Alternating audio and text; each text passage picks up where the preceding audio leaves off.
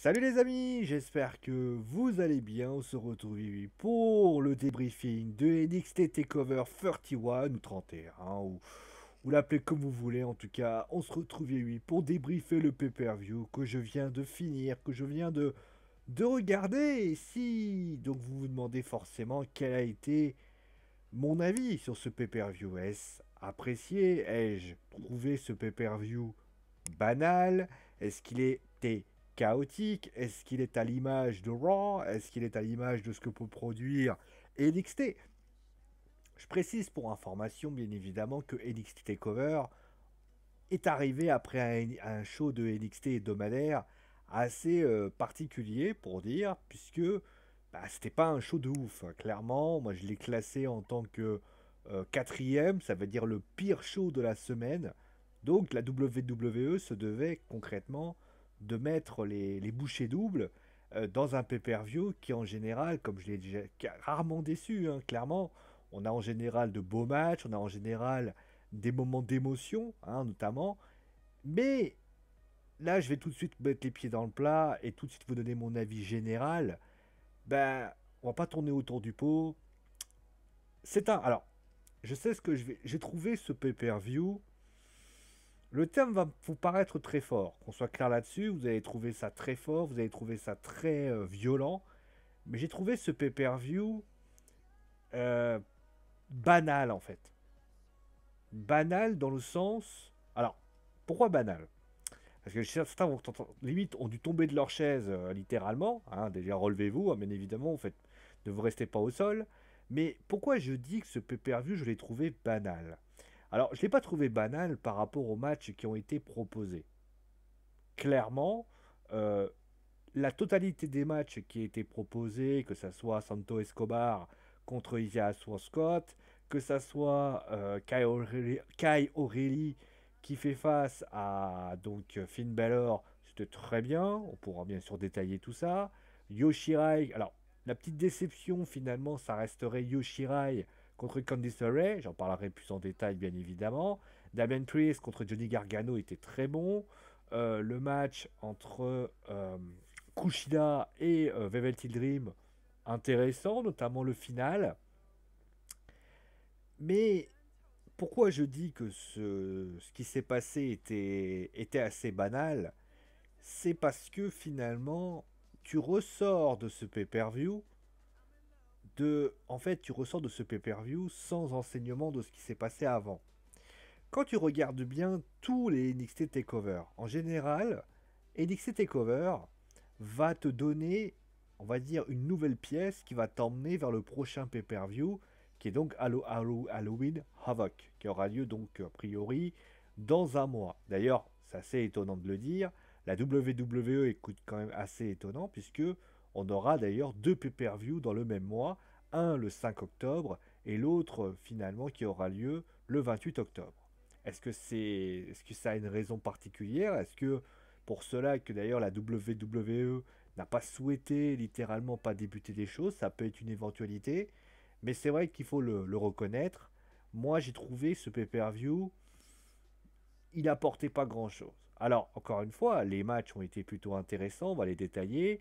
Moi franchement le main event entre Kyle O'Reilly et Finn Balor était de bonne qualité, un match très britannique, un match très stiff avec vraiment pas mal de belles choses. C'était un match d'ailleurs que j'ai trouvé extrêmement calorifique en termes de qualité, clairement. Ensuite, on peut parler aussi du match entre. On peut aussi bien sûr discuter de ce qui s'est passé entre Damon Priest et Johnny Gargano. Pour moi, Damon Priest a été très bon. Johnny Gargano a été égal à lui-même. C'était très bien. Kushida contre Velveteen Dream. Il y a eu des belles choses, hein. Le final est intéressant, notamment l'abandon de Velveteen Dream, qui était quand même challenger il y a quelques mois. Alors en vrai, on sait tous qu'il a quand même une épée de Damoclès sur la tête, hein, par rapport à ses soupçons de viol, pour ainsi dire, qui ont été faits. Mais en tout cas, ce qui est certain, c'est que du côté de la WWE, le Dream,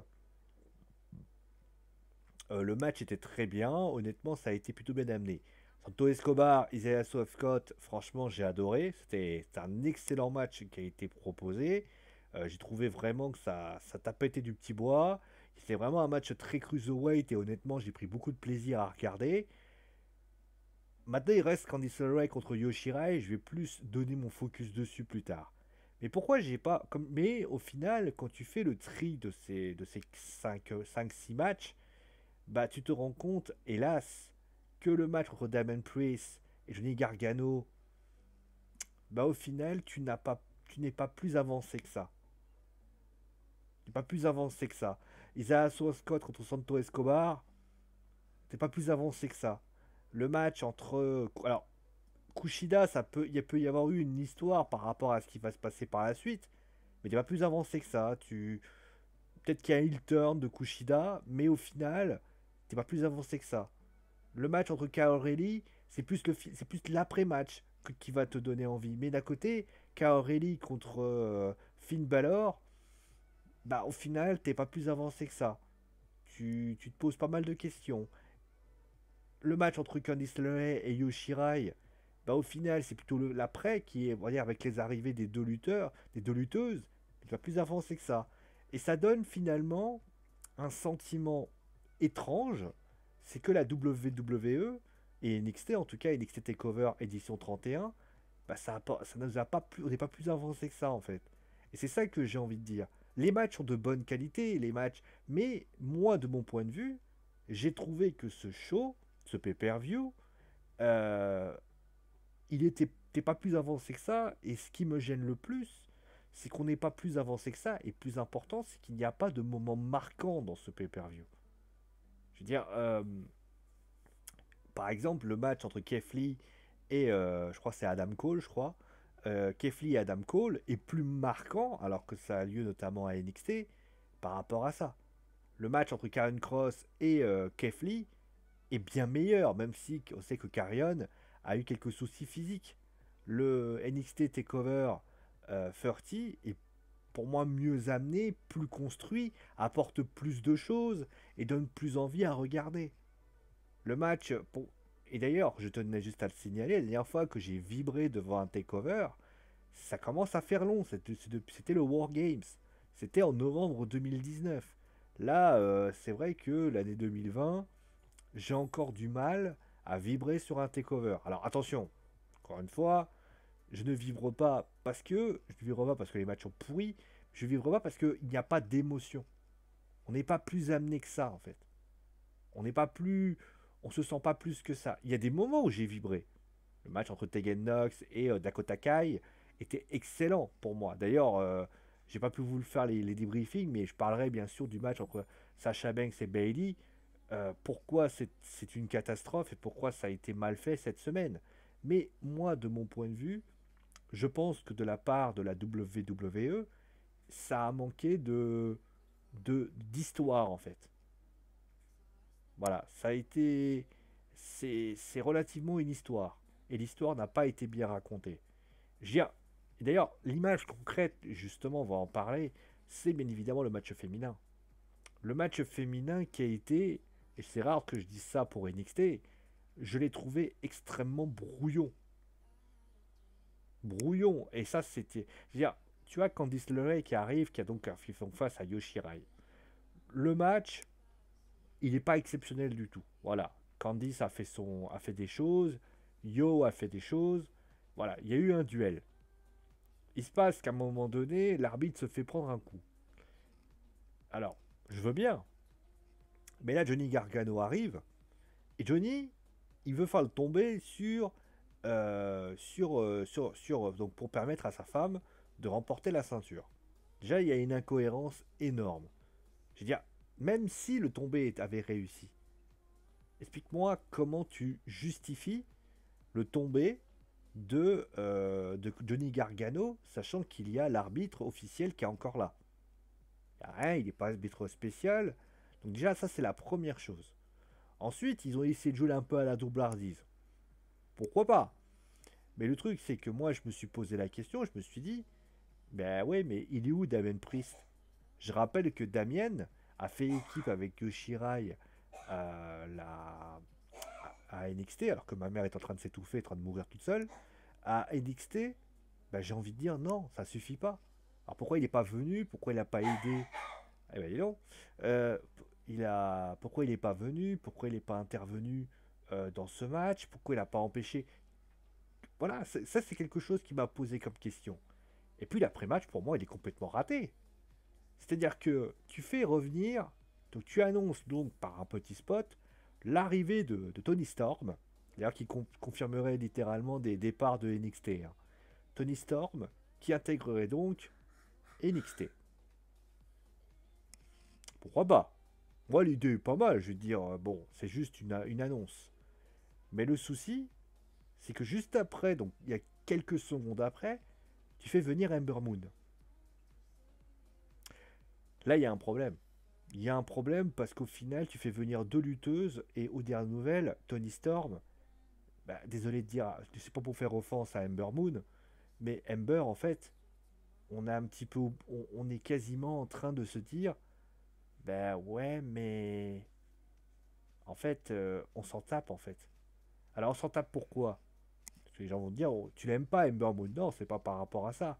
C'est qu'en fait, comme Tony Storm, c'est énorme. Bon, au final, bah, Ember, quand elle revient, elle arrive, on lui dit, bah ouais, mais ok, t'es arrivé quoi. Tandis que si Ember Moon était venu, avait attaqué Yoshirai, avait fait mal à Yoshirai, aurait blessé Yoshirai, aurait pu coûter le titre à Yoshirai, là j'aurais pu dire, ah ouais, putain, Ember Moon elle frappe fort. Là, ça aurait été quelque chose. Là, t'as un pauvre spot de Tony Storm, que ça, voilà, c'est tout. Et puis l'arrivée de Ember, je l'ai trouvé très anecdotique, très banal. Voilà, c'est quelque chose qui m'a beaucoup gêné.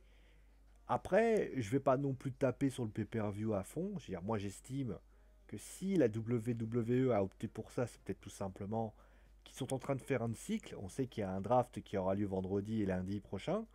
Mais clairement, c'est pas le pay-per-view qui m'a le plus sublimé. Mais c'est pas le pay-per-view qui m'a fait. Voilà, ça reste un bon show. Mais est-ce que ce show-là, quand tu vois ce qu'a proposé NXT de avril à aujourd'hui, donc avec les Kefli, avec tout ça, est-ce que t'es pas en train de te dire, ouais mec, mais en fait, c'est assez anecdotique. Voilà.